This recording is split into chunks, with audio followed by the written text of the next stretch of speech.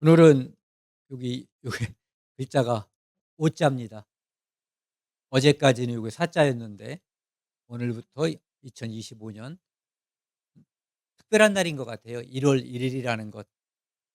1월 1 일이 다른 요일이었으면 우리가 인제 만나지 못했을 텐데 다행히 또 수요일이어 가지고 함께 히브리서를 나누고 교제하는 시간을 갖게 되어서 더 의미가 깊습니다. 지난 시간에는 히브리서 1 절부터 1장 1 절부터 인제 7 절까지는 예수님은 하나님의 본체신데 그분이 이 땅에 오실 때는 이제 사람의 모습으로 오신 거잖아요. 그래서 죄를 정결케 하시고 하나님의 위엄의 우편에 지금 앉아 계시다. 그러면서 이 예수님은 하나님의 아들 그리스도는 천사랑 비교할 수 없이 우월한 분이다 하고 하는 것을 말씀드렸어요. 근데 인제 오늘부터는 그 비교 대상은 아니지만 이분에 대해서 이분은 하나님의 아들이라는 것, 그것을 이야기하는 거예요. 그래서 아들에 관하여는 전에는 몇 절이죠? 7절 보면은 천사들에 관하여는 이렇게 얘기하고 있거든요. 근데 인제 8 절에서는 아들에 관하여는 하나님이여 주의 보좌는 영영하며 주의 나라의 규는 공평한 규이니이다. 아들에 관하여는 했는데 하나님이여 이렇게 말한단 말이에요. 여기서 보면은 하나님과 주가 이렇게 다른 곳에서는 하나님, 주, 즉 예수 그리스도 그리고 인제 다른 것을 이야기하고 있는데 여기서는 하나님과 주가 동격으로 쓰이는 것 같아요. 그러니까 아들이 바로 하나님이다라고 하는 것을 이야기하고 있는 거예요. 즉 사람들이 요셉의 아들, 마리아의 아들이라고 했던 그 사람의 모습으로 이 땅에 오신 그분은 진짜 하나님, 하나님의 본체라고 그랬잖아요. 근데 그분이 바로 아들에 관하여는 하나님이요. 주의 보좌는 영영하며 주의 나라의 규는 공평한 규이니이다. 이 규라고 하는 것은 여기 보면은 상서로운 옥 이렇게 돼 있는데 여기 그림 보세요. 왕이 들고 있는 규가 있잖아요. 예전에 개역 한글에서는 이것을 홀이라고 했었어요. 홀. 그 뭐죠? 대나무 죽 밑에다가 홀자를 쓴 거거든요. 물자를 쓴 거. 그것이 인제 홀인데 이게 같이 쓰이는 것 같아요. 그러니까 재질에 따라서 어떤 것은 보석 종류로 만든 게 있고 어떤 것은 나무로다도 만들고 직급이나 이런 거에 따라서 그러니까 왕뿐만 아니라 관료들도 이것을 가지고 있었던 거예요. 어떤 신분의 표시 비슷한 것으로 의례에 인제 참석할 때 쓰는 거죠. 그런데 그것은 이 규라고 하는 것은 홀이라고 하는 것은 제왕의 상징으로 여기서는 쓰인 거예요. 왕이 들고 있는 거죠. 그 에스더가 왕 앞에 나설 때 이걸 내밀면 홀을 내밀면 규를 내밀면 에스더가 사는 거고 에스더한테 내밀지 않고 "뭐야 경망스럽게 네가 부르지도 않았는데 왜 왔냐?" 그러면 죽음을 당하는 거예요. 바로 그 권위의 상징이거든요. 그다음에 왕의 상징인 것이 바로 규홀이에요. 그래서 하나님이여 주의 보좌는 영영하며 하나님의 보좌, 하나님의 자리는 누가 침탈할 수가 없잖아요. 그분이 영원하시고 그분이 가장 위대하고 강한 분이시기 때문에 주의 나라의 규는 주의 나라의 규는 영원히 그분이 다스리는 나라는 공평하다. 정의의 나라다. 정의의 다스림이다라고 하는 것을 이야기하고 있어요. 이 공동 번역에 보면은요. 우리가 좀 이해하기가 쉽거든요. 그러나 아들에 관하여서는 이렇게 말씀하셨습니다. 당신은 하나님이십니다. 아들이 하나님이신 거예요. 당신의 왕권은 영원 무궁하시며 당신이 잡으신 지팡이는 정의의 지팡입니다. 규를 여기서는 지팡이라고 이야기한 거죠. 현대인의 성경에서는 그러나 아들에 대해서는 이렇게 말씀하셨습니다. 하나님이시여. 여기서도 똑같죠. 하나님이시여. 주는 영원히 통치하시고, 하나님은 또는 아들은, 그리스도는 영원히 통치하시고 주의 나라를 정의의 지팡이로 다스리십니다라고 되어 있어요. 그러니까 주는 통치의 상징인 거예요. 영원히 다스리는. 그러니까 이 땅에서의 왕은 임기가 없잖아요. 뭐 이렇게 임명이 되든 아니면 자기가 그 자리를 차지하고 나면은 이렇게 죽을 때까지 하는 게 왕의 자리인데, 하나님 나라의 왕은 그분이 왕인 거예요. 그리고 그분은 여기서도 이제 영원하다, 여기서도 영원 무궁하다, 끝이 없다라고 하고 말씀하고 계시는 거죠.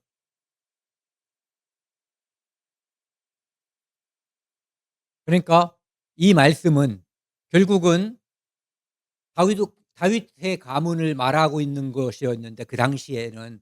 그런데 다윗의 가문의 이야기를 한다면은 다윗의 가문은 마지막에 왕이 죽고 그 가문이 끝나버리잖아요. 그런데 그리스도, 다윗의 가문을 통해서 이 땅에 오신 예수 그리스도를 우리가 생각하면 이 말씀이 맞는 거예요.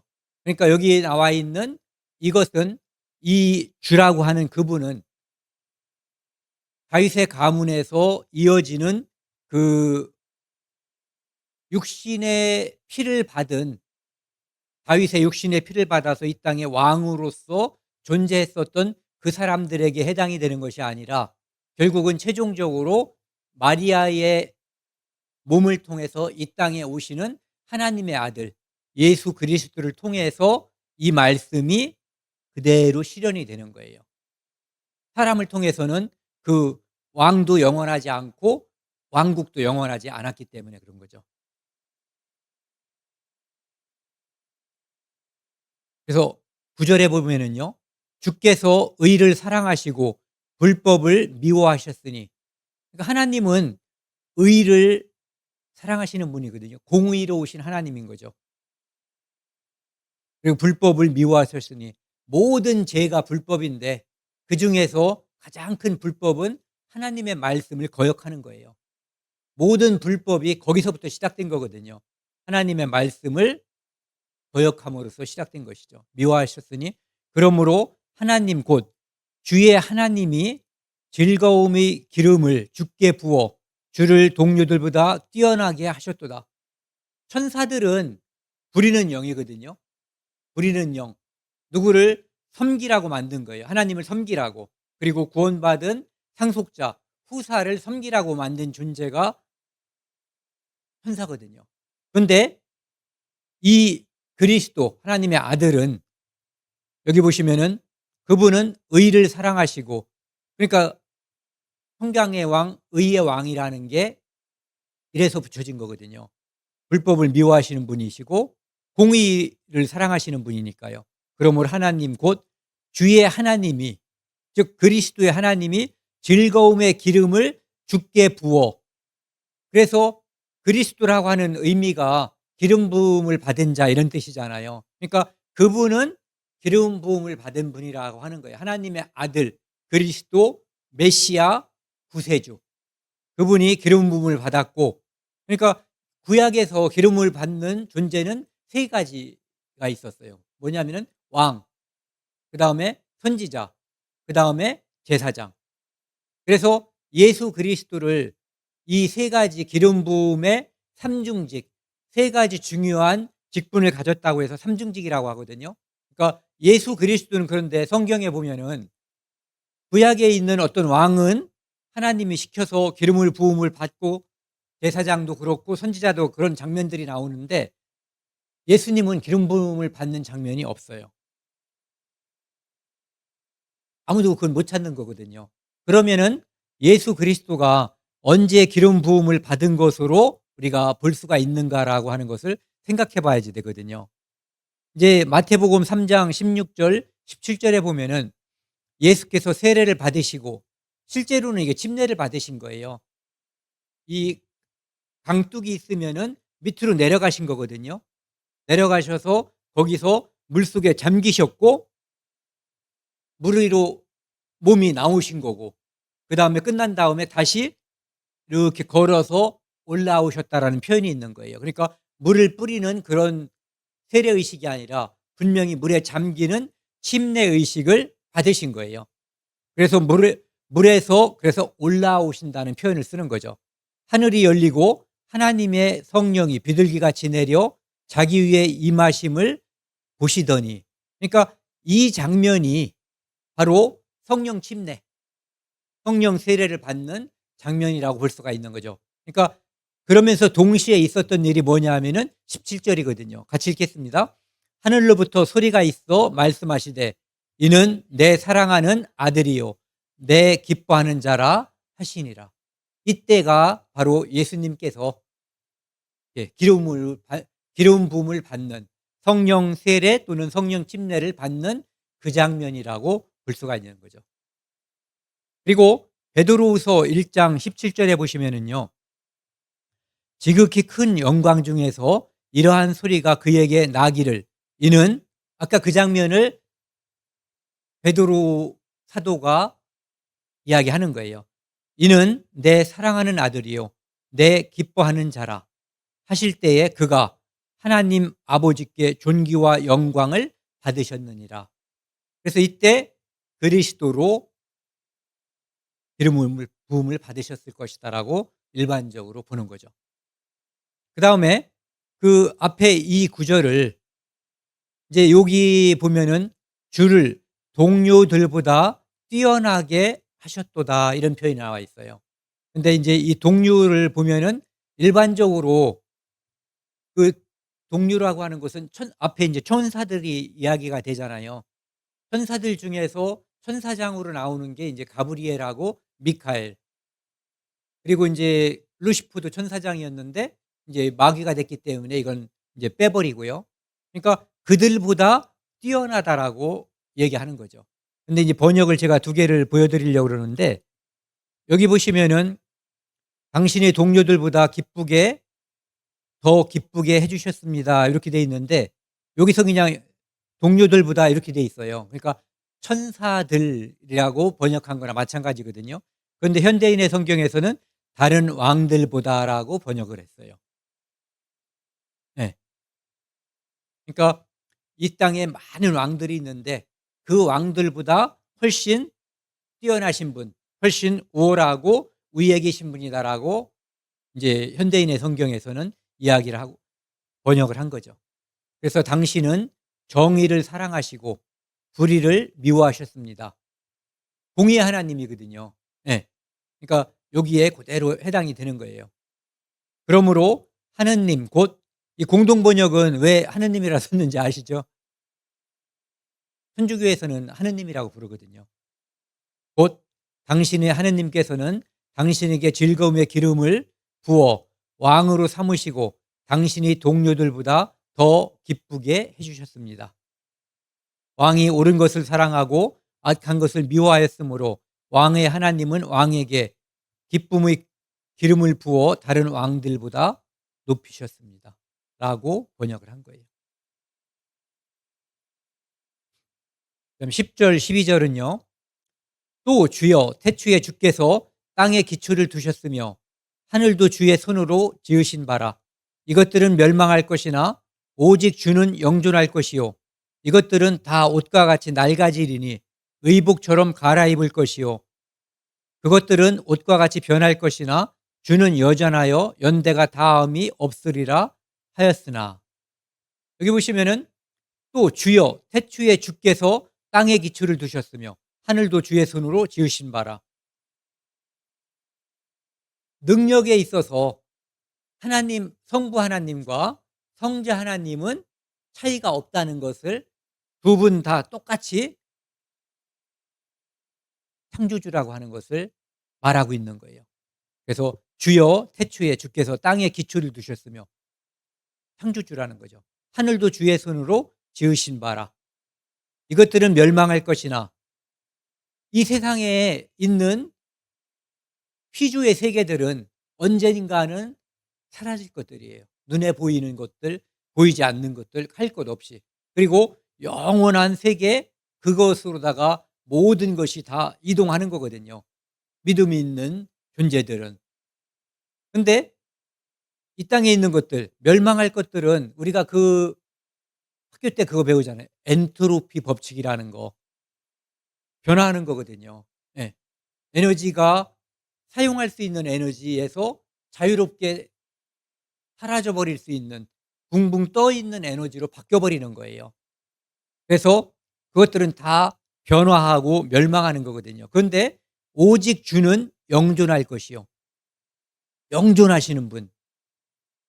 그것들은 다 옷과 같이 낡아지리니. 제가 전에도 그런 말씀을 드린 적이 있는데 제가 시골에서 살았기 때문에 제가 어렸을 때 시골에 있었던 곤충, 새, 물고기 이런 것들이요. 지금 가 보면은 없어진 게 한두 가지가 아니에요. 그리고 다큐멘터리를 전에 보니까 우리나라 제주도 바다가 예전에는 산호가 굉장히 막 아름다운 산호들이 있었어요. 알록달록한 것들이. 그런데 해수 온도가 상승함으로써 백화현상이라고 하는 게 생긴대요. 그래서 산호가 원래 거기에 살던 산호가 온도 물은 수온이 맞지 않으니까 죽어 가지고 산호가 죽으면 시간이 지나면은 하얗게 변해서 나중에 가루가 돼 가지고 모래처럼 돼 버리는 거예요. 그러니까 백화현상이 되는데 그러니까 산호가 죽어 버리니까 백화현상이 나타나니까 그 주변의 생태계, 물고기 생태계도 싹 변해 버리는 거예요. 원래 거기에 살던 물고기들이 살아 죽거나 또 서식지를 옮겨서 다른 곳으로 가게 되는 거죠. 그러니까 지금 우리 시대에는 엄청나게 많은 생물 종들이 멸종하고 있어요. 그래서 이런 것들이 실감나죠. 멸망할 것이고 옷과 같이 낡아지리고 그다음에 의복처럼 갈아입을 거라는 거. 그것들은 옷과 같이 변할 것이나 주는 여전하여 그리스도는 여전하여 연대가 다함이 없으리라 하였으나. 그러니까 그리스도는 하나님의 본체거든요. 그러니까 그분도 역시 영원하신 분이라는 거거든요. 변하지 않는 분. 그러니까 그분은 창조주고 이 땅의 통치권을 가지고 있는 주관자라고 하는 것을 이야기하고 있고 그분은 영원한 존재라는 거예요. 그리스도가. 그러니까 천사랑 그리스도랑은 비교할 대상이 아닌 거예요. 천사도 하나님이 만든 피조물이고 그러니까 피조물과 창조주의 차이라고 하는 거죠. 나중에는 이제 모세하고 또 비교하잖아요. 모세하고 하나님의 아들 그리스도와 비교를 하거든요. 그것도 역시 비교 대상이 되지가 않는 거죠. 지난번에도 이 말씀을 이렇게 인용을 했었는데요. 요한복음 1장 1절에서 3절을 보면은 태초에 말씀이 계시니라. 이 말씀이 하나님과 함께 계셨으니 즉 하나님과 함께 계신 또 다른 말씀이라고 하는 존재가 태초부터 처음부터 존재했었다는 거죠. 이 말씀은 곧 그런데 이 말씀도 곧 하나님이다.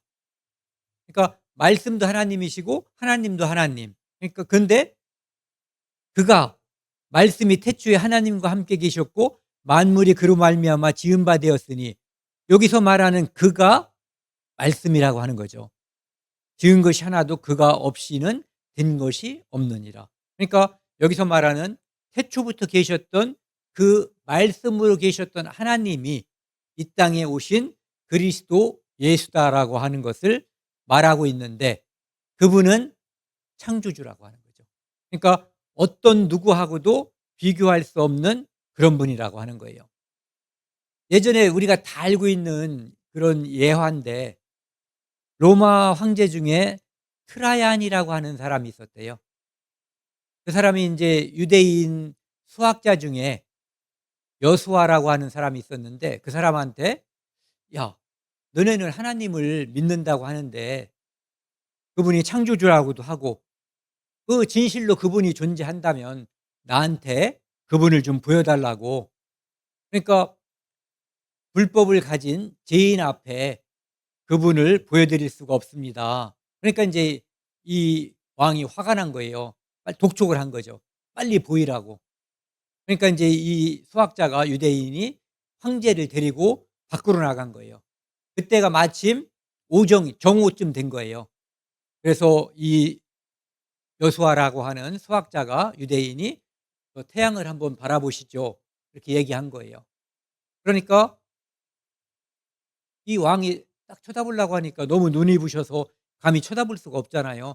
잠깐은 스쳐 지나갈 수는 있지만 그 존재를 확인할 수 있을 만큼 오래 쳐다볼 수는 없단 말이에요. 그러니까 눈이 부셔서 인제 볼 수가 없다. 이렇게 얘기를 한 거예요. 그러니까 그분이 하나님이 만든 피조물도 왕께서는 자세히 바라볼 수 없는데 그분을 어떻게 죄인으로서 제대로 바라볼 수가 있겠냐. 그분은 죄인 앞에 죄인은 그분 앞에 설 수가 없다라는 말. 그래서 패하는 하나님 영광 앞에 죽을 수밖에 없다라고 이야기를 했다고 그래요. 그러니까 그분이 창조주가 계시다는 거. 이 세상 만물이 저절로 된 게 아니고 사람들이 섬기는 사람들이 뭐라고 그럴까요? 우상 숭배하는 그런 것들이 중에 상당수가 하나님이 만드신 피조물이거든요. 창조물을 섬기는 거예요.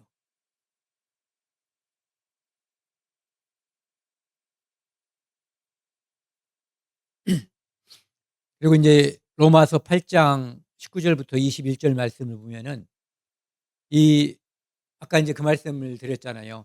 피조의 세계 이것들은 하나님이 만들었기 때문에 피지의 세계가 존재하는 거거든요. 이 땅에 있는 것들은 그것들은 변화하는 것들이에요. 그리고 나중에 옷과 같이 갈아입을 것, 사라질 것들이거든요.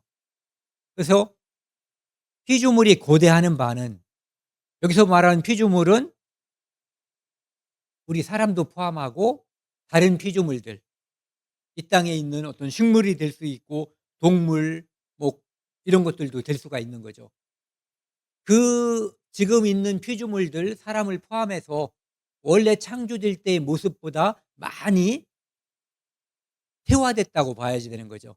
그리고 원래는 길게 살 수 있었던지 아니면 영생할 수 있었던 존재들이 이 세상의 환경이 나빠짐으로 인해서 이렇게 지금은 저주받은 생명체가 된 거예요.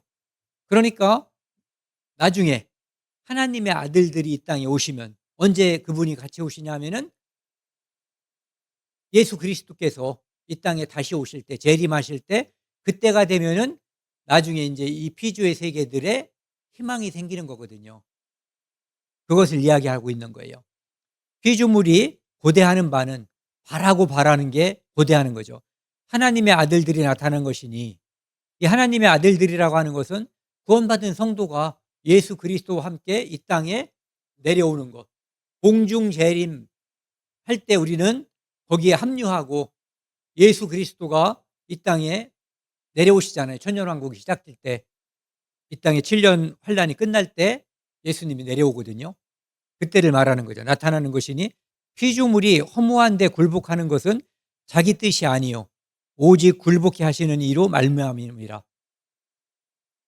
아담과 하와가 선악과를 먹음으로써 하나님께서 그들에게 각각에 맞는 저주를 줬잖아요. 그리고 피조의 세계 아담과 하와 말고 자연에게도 저주가 임한 거거든요. 그러니까 그것은 굴복하는 것은 자기 뜻이 아니라 하나님께서 창조주께서 그렇게 굴복하게끔 하셨기 때문에 지금 이 피조의 세계에 불안정한 모습이 나타나게 된 거다라고 말씀하시는 거죠. 그 바라는 것은 여기서 똑같은 표현이죠. 피조물이 고대하는 바는 그 바라는 것은 피조물도 썩어짐의 종로로 탄 데서 해방되어 하나님의 아들들의 영광의 자유에 이르는 것이니라. 그러니까 이 땅의 피조물들도 그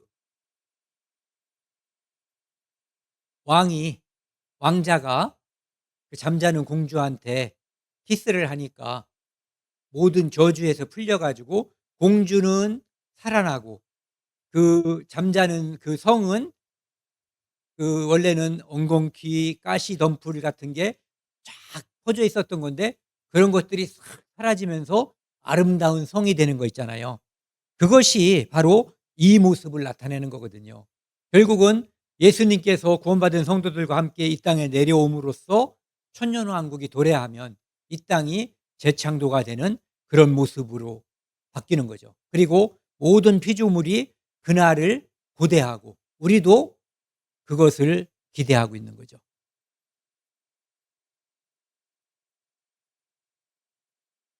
그러니까 원래 모습을 되찾을 날이 조만간이 될지 언제일지 모르지만은 그날이 우리에게 남아져 있는 거예요.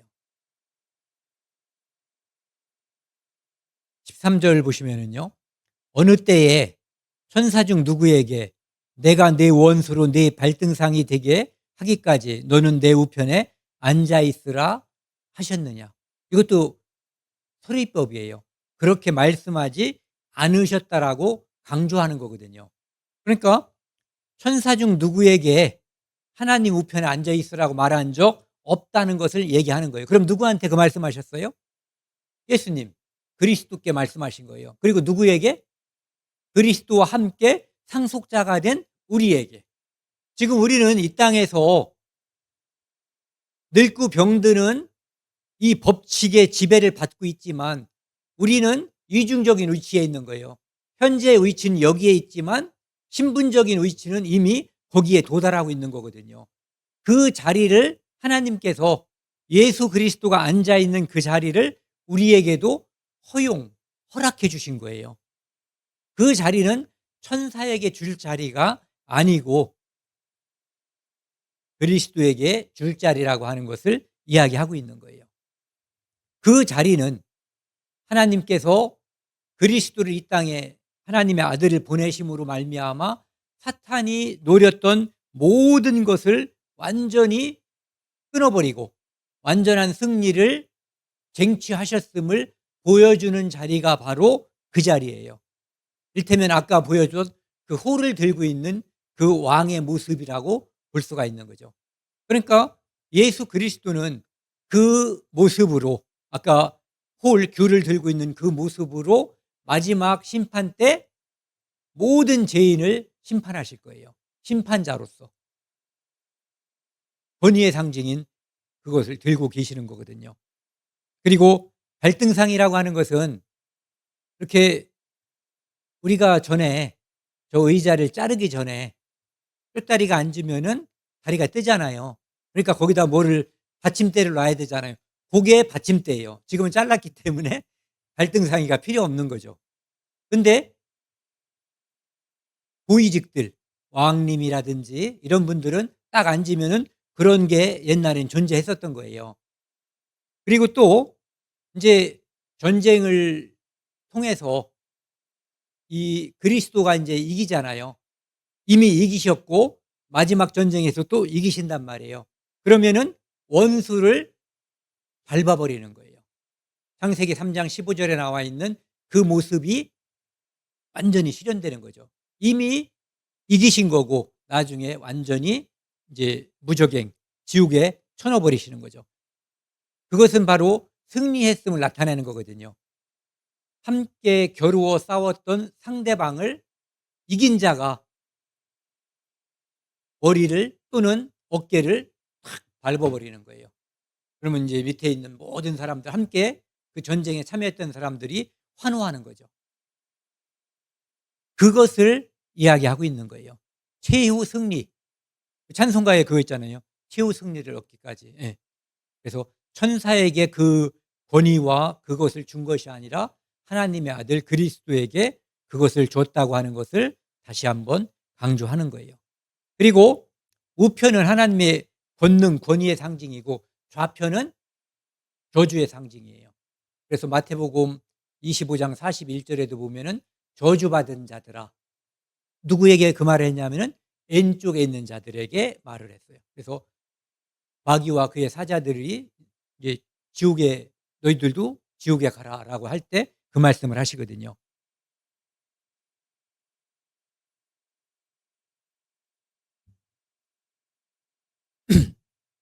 예수님께서 그 말씀을 인용하셔요.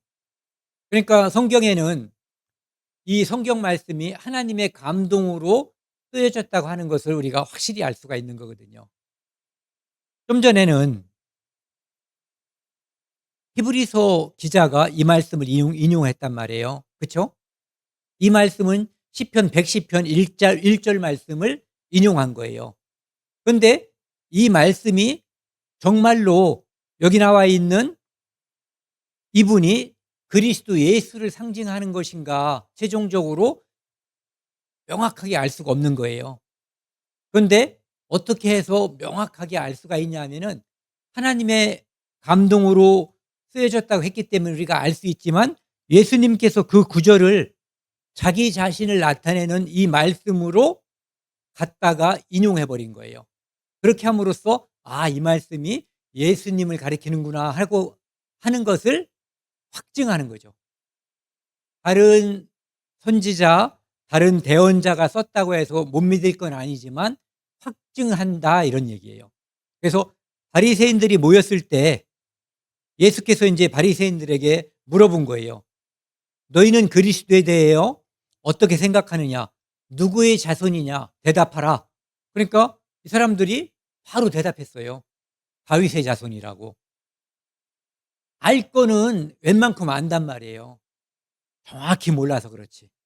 그래서 이르시되 예수님이 그럼 다윗이 성령에 감동되어 아까 그 말씀 요 밑에 있는 이 말씀을 말하는 거예요. 어찌 그리스도를 주라 칭하여 말하되 이렇게 44절 주께서 다윗이 이렇게 말한 거예요. 주께서 내 주께 이르시되 즉 하나님께서 예수님께 이르시되 이렇게 말씀하신 거죠. 내가 내 원수를 네 발 아래 둘 때까지 내 우편에 앉아 있으라 하셨도다 하였느냐. 그러니까 다윗의 후손이면 어떻게 다윗이 그분을 가리켜서 주라고 불렀겠느냐 이렇게 얘기하는 거죠. 예수님은 다 아시면서 이 사람들은 그것을 설명할 수 없는 거예요. 거기에 대한 지식이 없는 거죠. 다윗의 후손이라는 것을 알지만 그것을 제대로 알 수가 없는 거죠. 다윗이 그리스도를 주라 칭하였은즉 어찌 그의 자손이 되겠느냐? 이런 거 보고 이제 덮어 씌운다고 하는 거죠. 예수님은 본인이 그렇게 이 땅에 오신 분이라는 것을 아시지만 바리새인들은 도저히 설명도 이해도 할 수가 없는 터미네이터라고 하는 영화를 혹시 이 바리새인들이 봤다면 대략 설명을 할 수 있었을런지도 몰라요. 그래서 이 시편 110편 1절 말씀을 예수님께서 자신을 가리키는 말씀으로 인용하셨기 때문에 여기에 나오는 주라고 하는 것이 그리스도 즉 예수님이라고 하는 것을 우리가 확신할 수가 있는 거예요. 오늘은 여기까지입니다. 14절이요. 모든 천사들은 여기서 말하는 천사는 많은 수가 있잖아요. 그리고 어떻게 보면은 그룹이라든지 이런 것들을 포함해서 많은 직급도 있고 그 모든 이름들을 포함한 그런 용어로 썼다고 봐도 상관이 없어요. 섬기는 영으로서 구원받을 상속자들을 위하여 섬기라고 보내심이 아니냐. 천사는 첫 번째 하나님이 부리는 영으로 쓰는 거예요. 하나님의 일을 하나님이 명령하시면 천사들이 수행해내는 거거든요. 그 다음에 하나님을 섬기는 거죠. 또 다른 기능이 뭐가 있냐면 구원받을 상속자들을 위하여 섬기라고 보내심이 아니냐. 제가 지난번에도 그런 얘기 말씀드렸잖아요. 우리가 어떤 위기에 있을 때 알 수 없는 어떤 뭐가 우리를 이렇게 구한 것처럼 느껴지는 그럴 때가 있거든요. 저도 그런 경험이 있어요. 그때 그런 생각이 드는 거예요. 이런 거. 구원받을 상속자들을 위하여 섬기라고 보낸 천사가 도와줬나? 라는 생각이 드는 거죠. 천사들의 중요한 역할이 섬기는 거거든요. 하나님도 섬기고 하나님의 심부름꾼도 역할도 하고 그 다음에 구원받은 상속자들을 역시 섬기기도 하는 그런 모습인 거죠. 그러니까 천사는 부리는 영이에요. 섬기는 영. 그리스도는 그 천사들을 만드신 창조주죠. 그러니까 비교 대상이 아니라고 하는 것을 히브리서 기자는 계속해서 강조해서 이야기하고 있는 거예요. 로마서 8장 16절 17절에 보면은요. 우리가 요 말씀 자녀이면 또한 상속자 곧 하나님의 상속자요 그리스도와 함께 한 상속자니 그리스도와 함께 한 상속자거든요. 그렇기 때문에 천사가 그리스도를 섬기고 그리스도와 함께 한 상속자인 우리도 섬기는 거고 그리스도의 보좌가 하나님의 우편인 것처럼 우리도 우리의 보좌가 거기에 준비됐다라고 하는 것을 나타내 주는 거죠. 그래서 결론적으로는 천사는 부리는 영 또는 섬기는 존재고 그리스도는 천사를 만든 창조주 또한 사람과 우주 만물을 만드신 창조주이기 때문에 비교 대상이 아니게 월등히 우월한 분이라고 하는 것을 1장에서 계속해서 강조하고 있는 거예요. 오늘은 여기까지 하겠습니다. 함께 기도하시겠습니다. 하나님 아버지 감사합니다.